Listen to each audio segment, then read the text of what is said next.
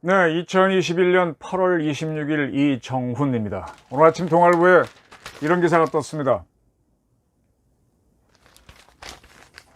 여당이 법사위에서 언론중재법을 통과시켰네요.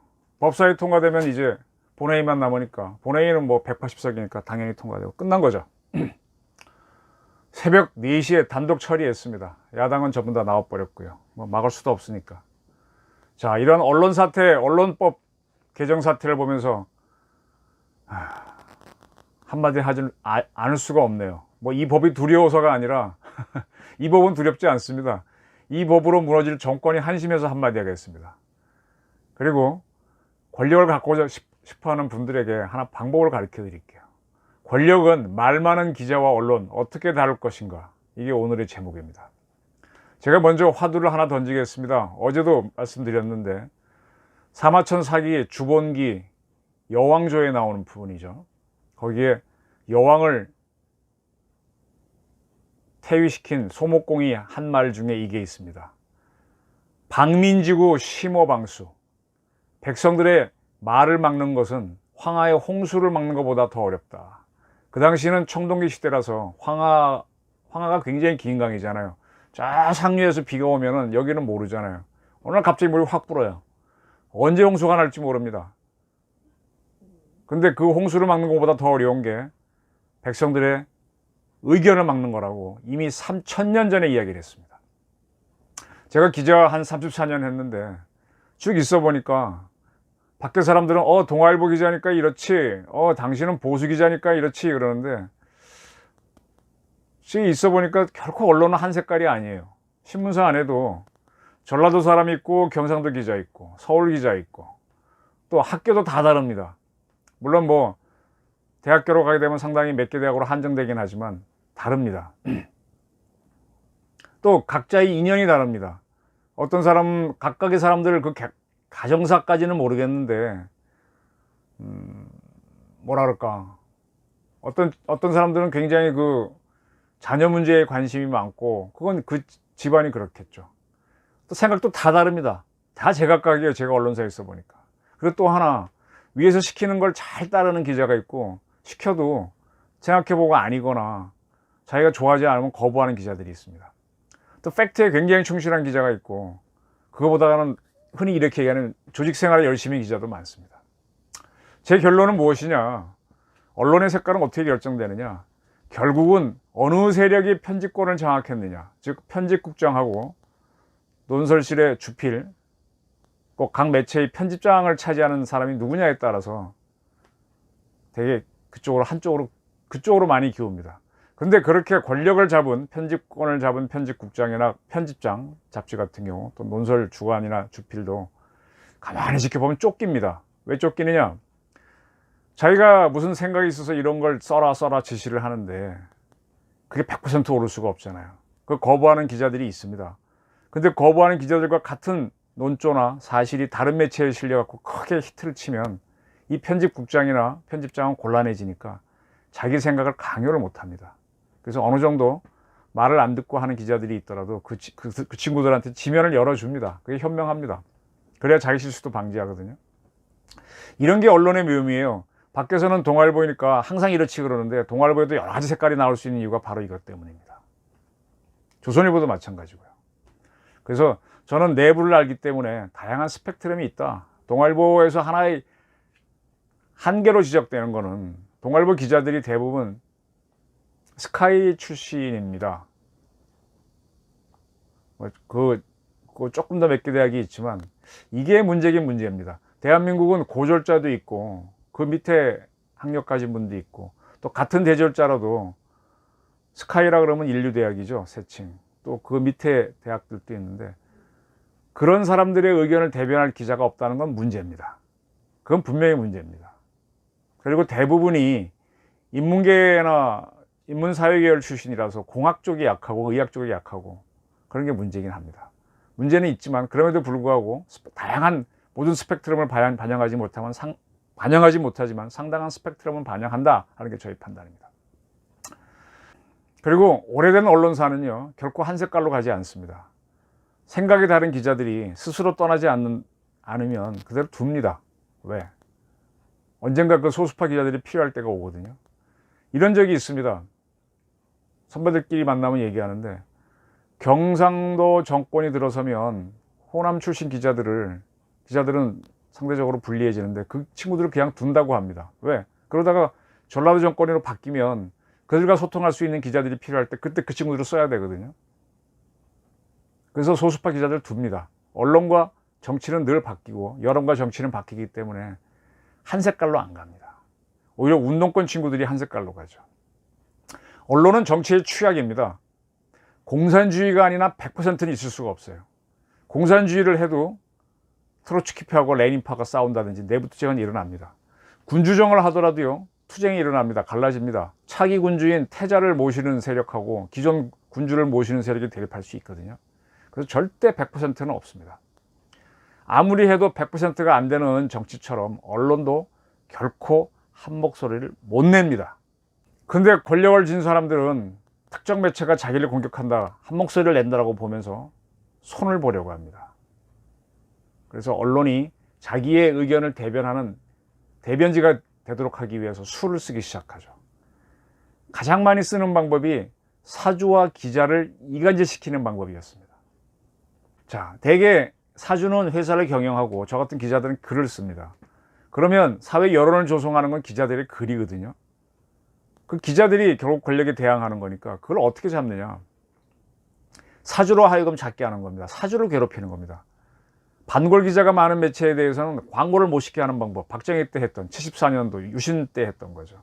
동아일보가 7개월 동안 거의 광고를 못 싣고 광고란을 비워넣어서 백지 광고란을 냈었죠. 어떨 땐 기사로 채우고. 한 7개월 동안 광고 수입이 이 신문지 값 이거 진짜 이거 버스 한 번 타는 것보다 싸지 않습니까? 진짜 쌉니다.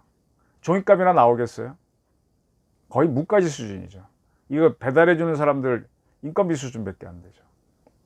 정보는 꽤 좋은 것들이 많은데. 그럼 결국은 뭐냐? 다 이런 광고로 먹고 사는 겁니다. 조선일보도, 동아일보도. 근데 광고를 못 실으면 어떻게 견딥니까? 봉급 못 주죠. 사주는 매우 곤란하게 됩니다. 그래서 사주가 이제 좀 기자들한테 자제해달라고 하면 기자들은 이게 무슨 소리야? 하고 갈등이 생기죠. 결국은 사주가 회사가 우선이니까 기자들을 해임하게 되면 사주하고 기자가 틀어지게 되고, 그렇게 해서 대드는 기자들은 나가고 착한 기자만 나오면서 언론이 고개를 숙이게 되는 거죠. 권력과 기자의 갈등이 사주와 기자의 갈등으로 번묘시킨 게 박정희 정권이 했던 동아일보 백지 광고 사태입니다. 그때에 나온 기자들이 새칭 동아투이를 만들었죠. 동아투이가 정통성을 갖게 되면 동아일보에 남은 기자들은 좀 비참해지면서 선배와 후배 사이에 괴리감이 발생합니다. 그래서 언론을 하나 붕괴시키면요, 정권이 좋을 것 같죠. 천만의 말씀. 하늘이 있는지 그렇게 되면 그 권력이 무너지더라고요. 동투 사태에 이어서 조투 사태 생기면서 그 다음에 박정희 정권이 몇 년 후에 무너져 가지 않습니까? 언론의 협조를 구하지 못하면 무너집니다. 이런 것도 있었습니다. 50 때 했던 건데 권력의 힘을 이용한 보도지침 사건입니다. 박정희가 12구로 사망합니다. 그리고 계엄이 떨어지죠. 계엄은 법적으로 이제 언론 통제할 수 있어요. 그리고 계엄이 끝난 다음에 50은 문화공보부 홍보정책실에 홍보조정실을 만들어 놓고 각 언론사에 보도지침을 보냅니다. 이건 이런 식으로 보도해라. 제목은 이렇게 해라. 이렇게. 계엄 통제할 때랑 비슷하게 하는 거죠. 명분은 협조인데 사실은 강요입니다. 그게 몇 년이 흘러갔죠. 계엄 후유증 때문에. 그리고 그때는 서술이 짚었으니까 언론도 살아야 되니까 또 어느 정도 말을 듣고. 근데 그거를 결국은 동투, 주투, 조투, 80년 해직 언론인 단체들이 알게 되고 이들이 민주언론운동협회 언협을 만들어서 송건호 씨, 동아일보 출신 이사장으로 앉힌 다음에 월간 말지를 만듭니다. 그 말지에 1986년이죠. 한국일보 김주원 기자가 한국일보에 제공됐던 문화공보부의 보도지침 584건을 폭로합니다. 말지 10월호죠. 86년이죠. 난리가 나죠. 사실 이때 이거 뭐 많은 사람들 알지 큰 관심이 없었는데 권력에 깜짝 놀래갖고 언협 의장, 뭐 김주원 기자 이런 사람들 국가보안법상으로 처벌을 합니다. 이게 오래 끌다가 95년 12월에 무죄가 나오죠. 이 보도지침 사건이 터지면서 오공은 무너져갑니다. 또 권력이 언론을 통제하는 방법이 세무조사가 있고 사주를 법적으로 처벌하는 방법이 있습니다. 김대중 정권은 이 방법을 썼죠. 사실 김대중 씨가 당선되기 전에 세상의 시각은 이랬습니다. 조선일보는 김영삼을 밀고 동아일보는 김대중을 민다. 먼저 조선일보가 밀었던 김영삼 씨가 대통령이 되고 그 다음에 IMF 위기를 치르면서 동아일보가 밀었다고 하는 김대중 씨가 대통령에 당선됩니다. 그런데 그러한 김대중 씨가 동아조선일보를 주 타켓으로 해서 정권 말기에 권력 세무조사를 시킵니다. 그리고 사주들 두 회사 회장을 구속합니다. 다른 회사 언론사도 구속하고 세무조사를 해갖고 거기서 뭐가 발견됐다고 해갖고 딱 타겟은 그래도 YSDJ를 도와줬다고 하는 게 동아조선일보인데 거길 타겟으로 잡았어요. 왜 그랬을까요? 이게 여러분 아시는 것처럼 언론이 늘 권력하고 짝짝꿍이 아니란 겁니다. 얼마 전에 내부자들이라는 영화 옛날에 나왔던 걸 TV에서 봤더니 너무 시시하더라고요. 소설을 만들어 놨던데 저도 동아일보에서 논설을 해봤고 이것저것 해봤는데 아유 그렇지는 않아요. 그때 이제 동아조선중앙일보, 국민일보 사주도 구속했나 그랬습니다. 언론사는 사실 기자들이 중심이란 조직이다 보니까 이 세무회계를 잘 못하는 것 같아요. 세무조사하면 취약하죠. 또 세무조사 자체가 이연령 비연령이고 그걸로 들어오니까 언론사 깨갱한 거죠 뭐. 사주도 어떻게 자기 잘못이 드러나니까 책임지니까 곤란한 거죠. 그래서 권력에 수그린다라고 해서 했는데 그때 많은 일이 있었죠. 이때 동아일보에서는 사주의 부인께서 자살까지 했습니다. 깜짝 놀란 겁니다. 이렇게 했던 김대중 정권이 바로 그 직후에 4대 게이트로 무너집니다. 그 중에 한 게이트는 제가 썼던 윤태식 수지킨 게이트입니다. 제가 보복을 하기 위해서 쓴 건 아닌데 왜 김대중 정권이 그런 짓을 했나. 자기들이 약점이 많으니까 그 약점이 폭로되는 게 두려워서 언론에 갖고 있는 약점을 갖고 조사를 해서 그렇게 했는데 정작 자기 약점이 드러나니까 처절하게 무너져 내려서 삼홍 게이트가 터지죠. 홍일이 홍거리 홍일 누구죠? 새 아들 자료로 구속되고 그렇게 되는 겁니다. 그 다음에 노무현 정권은 어떻게 했나? 기존 언론 물타기를 합니다. 말 잘 듣는 언론을 육성하는 방법을 택했습니다. 기자실을 먼저 폐쇄부터 했어요. 노무현 정권은. 그리고 기자실을 개방을 해놓고서는 기존에 출입하는 상주 기자들을 없애고 누구나 다 자격증만 갖추면 다 들어오게 합니다. 그리고 기자실만 출입하고 안에는 못 들어가게 해요. 그렇게 되면은 자기 정권에 맞는 걸 잘 써주는 기자들을 우대하게 되죠. 그리고 이때 인터넷 시대가 본격화가 되는데 이때부터 뭐가 문제가 되는가? 문제작이 아니라 재밌는 기사가 클릭 수가 많아지면 좋은 기사가 됩니다. 그러니까 터지는 게 뭐예요? 김경수의 드루킹 사건이 터지는 거죠. 여론까지 조작하게 됩니다. 댓글을 막 다뤄갖고 여론을 바꾸고 이렇게 조작하는 게 생겨서 지금은 여론조사를 못 믿겠다는 의견까지 나오지 않습니까? 이런 것들이 다 나치의 언론 선동 부장을 했던 괴벨스 이론에 보면 나오는 것들입니다. 이렇게 자꾸 언론을 그대로 두면 되는데 자꾸 조작을 하려고 하는 게 노무현 정권이었고 나중에 노무현 씨가 이것 때문에 코너를 많이 몰리게 되고 그 다음에 검찰 수사를 퇴임에 받았을 때 언론은 과감하게 공격을 하게 되죠. 결국은 그 사람이 자살하게 되는데 그런 비극이 이런 데서 나오는 겁니다.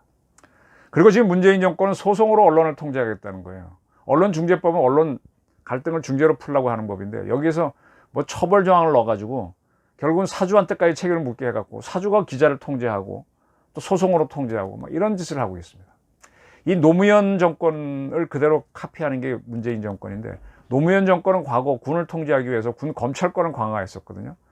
군에서 검찰이 잘못된 걸 조사한다고 해서 탁 덤지면 총장, 사단장, 군단장 다 잡을 수 있습니다. 그렇게 하면 그게 검찰이지. 사실 우리 사회에서 검찰만 잡으면 모든 정부기관 다 잡을 수 있어요. 검찰이 제일 셉니다. 사실은 법적으로. 전쟁이 아니라면 제일 셉니다. 이런 식으로 하는 것처럼 언론사에서는 일단 사주를 잡으면 쉬우니까 자꾸 이제 이 사주한테 스트레스를 줘서 하려는 게 언론중재법 개정안이죠. 이걸 오늘 새벽에 문재인 정권의 하수인들이 국회에서 통과시켰습니다. 법사위에서. 법사위. 좋죠. 자, 이런 것들은 뭐냐. 내 말 잘 듣고 내 말이나 보도하고 다른 얘기 쓰지 말라. 한 색깔만 내는, 하나만 보도하는 노동신문을 만들라는 얘기죠. 노동신문 만들라는 얘기죠. 보도지침이죠. 더 강한. 이런 것들이 바로 인민민주주의자 시각이고, 노동신문 만들자는 게 바로 주사파 시각이고 386 시각입니다. 제가 계속 이 사건을 인민민주주의에 비교하는 건 바로 이겁니다. 언론을 다스릴 수 있는 방법은 아까 말한 대로 백지 광고 사태, 그 다음에 세무조사, 보도지침, 뭐 기자실 폐쇄, 개방, 뭐 어쩌고, 또 뭐 언론중재법, 수없는 방법이 만들어지고 또 앞으로 나올 수 있습니다. 그러나 실패합니다. 제가 반대로 보는 거는요, 상대적으로 강한 권력을 유지했던 박정희, 전두환을 봅니다. 박정희는 18년을 했고 전두환은 단임을 했지만 8년 내내, 초기 1년 포함해서 7년 동안 실권, 권력을 잃지 않고 딱 쥐고 있었어요. 물론 막판에 무너져 내리지만. 근데 이 사람들이 왜 권력을 줄 수 있었느냐, 유심히 이렇게 보면요, 박정희 때는 직접 기자를 상대합니다. 전두환 씨도 그랬어요. 이순자 씨도 그랬어요. 봉도환 씨 책을 최근에 봤더니 봉도환 씨도 유경수 여사를 그냥 단독으로 만나고 대통령하고 식사도 하더만요. 지금은 그런 기자들이 별로 없죠. 박정희하고 만났다는 기자들은 상당히 많습니다. 원로 기자들 중에서. 또 전두환 씨가 식사하고 했던 기자들은 제법 있습니다. 저도 전두환 씨하고는 퇴임 후에 몇 번 만난 적이 있고요. 이 최고 권력자들하고 접촉할 수 있는 기자들이 있으면 그 기자들은 센 기자입니다. 지금은 삼성의 이재용, 현대의 정몽구, 뭐 정의선 이런 CEO를 만나는 기자들이 없는데 옛날에는 많았어요. 이런 센 기자들이 있다 보면, 그런 센 기자가 많아야 좋은 영향력 있는 기사가 나오니까 사주들이 그런 기자들을 모시기 위해서 애를 써갖고 기자들이 우대를 받습니다. 그리고 권력자들은 그런 기자들한테 직접 설명함으로 인해서 도움을 받고, 또 그게 너무 나가면 권언유착이 됐던 것도 사실입니다. 대신에 그걸 통해서 기자들은 권력을 이해해서 좋은 기사도 써주고 그렇게 갔던 거죠. 또 어떨 땐 공격도 하고 하면서 또 그 권력이 자기 말을 듣기도 하고. 이거를 완전 차단했던 게 이제 김대중 정권 때 세무조사로 차단을 하고 나서 완전 차단한 건 노무현이죠. 기자실로만 일방적인 전달하고 부하 취급한 거죠. 그리고 언론사 사주들이 너희를, 기자들을 통제하라 이렇게 가다 보니까 그걸 잘 따르는 기자들은 상급자한테 이렇게 비비면서 이제 조직 내에 크는 사람이 있고, 그게 싫은 기자들은 내 스스로 권력자와 가깝지 않고도 취재할 수 있어 하면서 직접 탐사 보도를 들어가게 되죠. 탐사 보도하는 기자들하고 이제 권력이 충돌하는 현상이 생기면서 결국 노무현 정권 말기에 노무현이 되게 힘들어지고 나중에 퇴임 이후에는 가족 문제가 돼서 본인이 자살하게 되고 이제 그런 문제가 생기는 거죠. 저는 이런 걸 쭉 보면서 언론과 대립하는 권력은 바보다라고 생각을 합니다. 언론과 권력은요, 대립할 수밖에 없어요. 같이 갈 수가 없습니다. 그러나 늘 대립하느냐? 그렇지도 않아요. 또 협조도 합니다. 협조만 계속 가게 되면 노동신문이 되고, 그래서 이 정도가 문제라는 겁니다. 언론의 공격을 허용하고 언론이 공격을 하잖아요. 그럼 그 공격은 정권의 위협인데, 정권의 실세 입장에서는 자기 정권의 허점을 사정할 수 있는 기회가 되잖아요. 그래서 자기를 더 단정하게 하고 내부를 정돈할 수 있죠. 그리고 같이 가는 겁니다. 이것을 미국에서는 디아드 커플, 이상한 커플이라고 그럽니다. 뜻이 다른데 같이 가는 거예요. 그래서 언론은 계속 권력하고 같이 갑니다. 근데 계속 싸워요. 근데 같이 가야 헤어지질 않아요. 이혼이 없어요, 이혼이. 이걸 알아야 되는데, 이거를 너는 내 밑에 있어라, 떨어져라, 이렇게 하면 할수록 죽어라, 뭐 더 붙어요, 귀신처럼. 이건 2인 삼각경기도 아닙니다. 이 둘은 갈등하고 계속 갑니다. 근데 이 갈등은 해결이 안 됩니다. 갈등을 없애려고 하게 되면 또 다른 문제가 생깁니다. 따라서 방법이 뭐냐? 갈등의 정도를 낮추는 겁니다. 이건 갈등 이런 거 하시는 분들이 많이 얘기하는 건데, 빛과 그림자가 같이 가잖아요. 남성만 있으면 세상은 멸종이고 여성만 있으면 멸종이니까 남성 여성이 같이 가면서 계속 싸우지 않습니까? 근데 그 갈등이 줄이는 사람들은 비교적 안전한 커플이고, 티격태격하는 커플은 영 재미없는 커플이 되는 거죠. 이게 공존입니다. 갈등 속에 공존하는 겁니다. 뜻대로 내 뜻대로 하고 싶으면 상대도 뜻대로 하게 해줘야 되거든요. 상대를 풀어줘 놓고 끌고 가야 됩니다. 문재인 정권이 언론중재법을 만들어서 내 말을 들어라, 내 입 닫아라 하는 거는 아마추어란 얘기입니다. 그 끝은 비참할 겁니다. 좌파로 있던 시절 운동권 사람들, 386 세력들이 언론 자유를 요구했죠. 그리고 그들이 권력을 잡아서 비례대표의원, 윤미향이 양이원영처럼 들어가고 또 청와대 비서관 들어가고 하더니만 권력을 잡자 다른 의견 내지 못하게 하려고 인민독재를 하고 있거든요. 이 정권 반드시 무너집니다. 다시 한번 말씀드리지만 방민지구 심호방수 3000년 전에 이미 중국에서 이야기했고 수천 년 동안 이게 전래돼 온 거는 그게 진실이란 얘기입니다. 국민 의견을 반영하는 언론을 막는 것은 정말 어리석습니다. 언론을 열어줘야 됩니다. 열어줘도 열어주고 그 스트레스를 풀게 하고 그리고 끌고 가는 건데 내 말 들으라 이런 식으로 가는 거, 수로 밀어부딪힌 거, 누가 이거 못해서 안 합니까? 하수 중에 하수. 문재인 정권의 붕괴를 지켜봐야만 하는 순간이 오는 것 같습니다. 언론중재법 3인방 그 끝이 어떻게 될지 저도 지켜보겠습니다. 감사합니다.